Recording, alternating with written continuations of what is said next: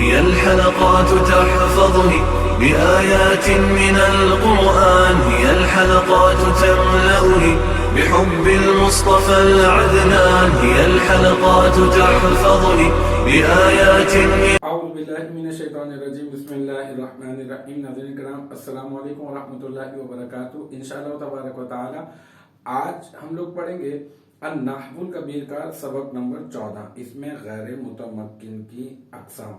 اس میں غیر متمکن کے اقسام میں اب تک جو ہے اس سلسلے میں ہم لوگ جو ہے وہ تقریباً 27 ویڈیوز جو ہے وہ بنا چکے ہیں۔ آج جو ہے وہ ہماری 28ویں ویڈیو ہوگی، اور اس میں غیر متمکن کی 4 اقسام جو ہے وہ ہم لوگ پڑھ چکے ہیں۔ اس میں سب سے پہلے مضمرات، پھر اس کے بعد اسماء اشارات، پھر اسماء موصولہ، اور پھر اس کے بعد اسماء اصوات۔ ہم نے لاسٹ کلاس میں جو ہے وہ اسماء اصوات جو ہے وہ پڑھے تھے۔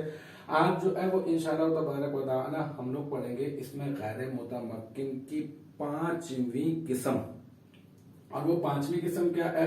وہ ہے اسماء ظروف۔ انشاءاللہ تعالی میں آپ کو بتاؤں گا کہ اسماء ظروف کیا ہوتے ہیں، اس کی تعریف اور اس کی مثال اور پھر اس کی وضاحت انشاءاللہ تعالی میں آپ کو دینے کی کوشش کروں گا۔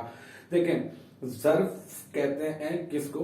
ظرف کا معنی ہوتا ہے کہ فعل کے واقع ہونے کی جگہ یا پھر وقت، ٹھیک ہے؟ اچھا، اب جیسے مثال کے طور پر ایک فعل واقع ہوا ہے ضربہ، ٹھیک ہے؟ دربن ایک فعل ہے نا واقع ہوا ہے، ضربہ ہم نے اس کو فعل ماضی میں لے کر آ گئے، یعنی مارا اس ایک مرد نے۔ اچھا، اب مارا اس ایک مرد نے، اب ایسا ہے کہ مارنے والے کو تو میں نے بتایا تھا کہ ہم کہتے ہیں فاعل۔ اچھا، جس کو مارا جاتا ہے اس کو ہم لوگ کہتے ہیں مفعول، اور جو فعل ہوتا ہے اس کو ہم لوگ کہتے ہیں فعل، ہے نا؟ جو مطلب جو کام ہوتا ہے اس کو ہم لوگ کہتے ہیں فعل۔ اچھا، اب وہ جو فعل جو ہوا ہے اس کا کرنے والا بھی موجود ہے اور جس کے اوپر ہوا ہے وہ بھی موجود ہے۔ اب وہ کسی نہ کسی جگہ پر تو ہوا ہوگا۔ مثال کے طور پر میں پڑھا رہا ہوں، میں تدریس کر رہا ہوں، میں لیکچر دے رہا ہوں، میں کسی نہ کسی جگہ پہ تو لیکچر دے رہا ہوں، تو بس یہ جو جگہ ہے لیکچر دینے کی، یا پھر یہ کہ میں جو آپ کو لیکچر دے رہا ہوں، میں جو تدریس کر رہا ہوں، میں جو پڑھانے کا جو میں کام کر رہا ہوں آپ کو، وہ کسی نہ کسی وقت میں تو ہو رہا ہے نا۔ یہ فعل کسی نہ کسی وقت میں تو ہو رہا ہے۔ اسی طرح سے مارنے کا فعل کسی نہ کسی وقت میں تو ہو رہا ہے، کسی نہ کسی جگہ پر تو واقع ہوا ہے، تو بس وہ جس جگہ پر یا پھر جس وقت میں وہ فعل واقع ہوا ہے اس کو کہتے ہیں ظرف، ٹھیک ہے؟ اور اسماء اسم کی جمع ہے اسماء، اور ظروف جو ہے وہ ظرف کی جمع ہے۔ تو اسماء ظروف، اب آپ کو نام سے ہی جو ہے وہ معلوم چل گیا ہوگا کہ اسماء ظروف کس کو کہا جاتا ہے۔ اسماء ظروف وہ اسماء ہوتے ہیں جو کسی فعل کے واقع ہونے کی جگہ پر یا پھر زمانے پر دلالت کر، زمانے کا مطلب وقت لے لیں آپ، ٹھیک ہے؟ یا تو فعل کے واقع ہونے کی جگہ پر دلالت کر رہے ہوں گے، یا تو فعل کے واقع ہونے کے وقت کے اوپر جو ہے وہ دلالت کر رہے ہوں گے، بس ان کو کہتے ہیں اسماء ظروف۔ یہ نام سے ہی جو ہے وہ ہمیں معلوم چل جاتا ہے کہ یہ اسم جو ہے یہ فعل کے واقع ہونے کی جگہ پر یا پھر وقت کے اوپر دلالت کر رہا ہے۔ جیسے ضرب رجل زیدن، یا پھر ضرب زید بکرن، یوں لے لیں آپ، ضرب زید بکرن، زید نے بکر کو مارا، کہاں پر؟ فی الدار، کہاں پر؟ گھر میں مارا۔ تو اب یہ جو فی الدار ہے نا، یہ فعل کے واقع ہونے کی جگہ ہے۔ اسی طرح سے میں کہوں ضرب زید بکرن یوم الجمعہ، اب یہ جو یوم الجمعہ یہ کیا ہے؟ یہ ایک وقت ہے۔ تو بس فعل کے واقع ہونے کی جگہ پر جو وقت کے اوپر دلالت کرتے ہیں ان اسماء کو اسماء ظروف جو ہے وہ کہا جاتا ہے۔ یہ تو میں نے آپ کو سمپل سے وقت اور جگہ کے اوپر ایک مثال جو ہے وہ میں نے آپ کو دی ہے، لیکن یہ باقاعدہ طور پہ کچھ اسماء ہوتے ہی ایسے ہیں جو اس کے اوپر دلالت کر رہے ہوتے ہیں۔ تو المختصر یہ کہ آپ بنیادی طور پر یہ یاد رکھ لیں کہ اسماء ظروف وہ ہوتے ہیں جو فعل کے واقع ہونے کی جگہ یا پھر فعل کے واقع ہونے کے وقت پر دلالت کر رہے ہوتے ہیں۔ اچھا، پھر اس کے حوالے سے ایک اور خاص بات بھی آپ اپنے ذہن میں رکھ لیں کہ انہیں ہی یہ جو اسماء ظروف ہوتے ہیں نا، انہی کو اصطلاحی طور پر اصطلاح میں انہیں مفعول فیہ بھی کہا جاتا ہے۔ یہ مفعول فیہ واقع ہوتے ہیں۔ مفعول فیہ کیا ہوتا ہے؟ مفعول فیہ کی بھی وہی تعریف ہے کہ فعل کے واقع ہونے کی جگہ یا پھر فعل کے واقع ہونے کا وقت، ٹھیک ہے۔ یہ مفاعیل میں سے جو ہے وہ ایک مفعول ہے، مفعول بھی ہوتا ہے، مفعول لہو ہوتا ہے، مفعول معہ ہوتا ہے، بس اسی طرح سے ایک مفعول ہوتا ہے مفعول فیہ۔ مفعول فیہ وہ ہوتا ہے جو فعل کے واقع ہونے کی جگہ یا پھر وقت کے اوپر دلالت کرتا ہے۔ تو یہ اسماء ظروف جو ہے مطلب میں نے آپ کو بتا دیا، تعریف بتا دیا، اسے اصطلاحی طور پر مفعول فیہ بھی کہتے ہیں، یہ بھی میں نے آپ کو بتا دیا۔